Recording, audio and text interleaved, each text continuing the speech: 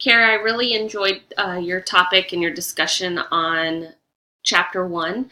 I specifically enjoyed hearing about all of the collaboration that goes on to help your struggling learners, your struggling readers in your school.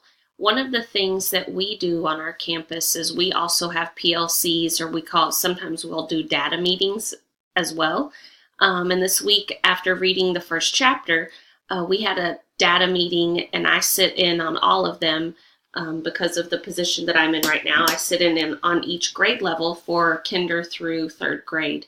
And as I was listening to our kindergarten teachers talk, I thought of, they mentioned how many students they have that struggle with the phonemic awareness.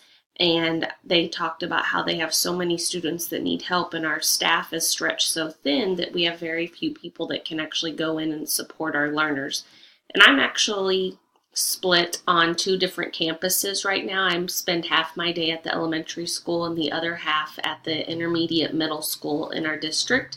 And so I spoke with my principals on both campuses and have permission to invite our middle school students that are in my dyslexic class for the afternoon, invite them to be a part of Kindergarten Reading Buddies program, where we will have them go over to our kindergartners, go over to the elementary school once a week and read to them.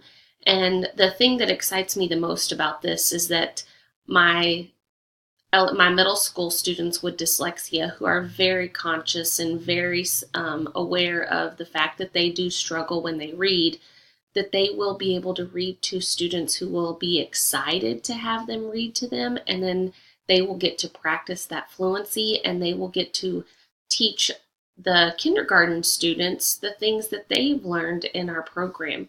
I'm also hoping that the kindergarten students will have opportunities to hear read-alouds that they may not be able to have done elsewhere. I know we also are in a Title I campus, and so we have several students where parents work. Some parents are just not educated and don't read to their students at home. Some choose not to.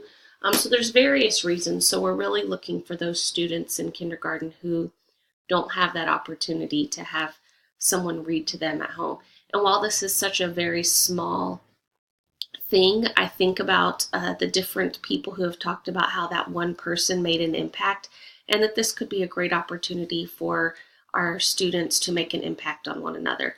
So I am excited to hear about some other ideas that you're doing in your campus, and I appreciate you sharing. Thank you.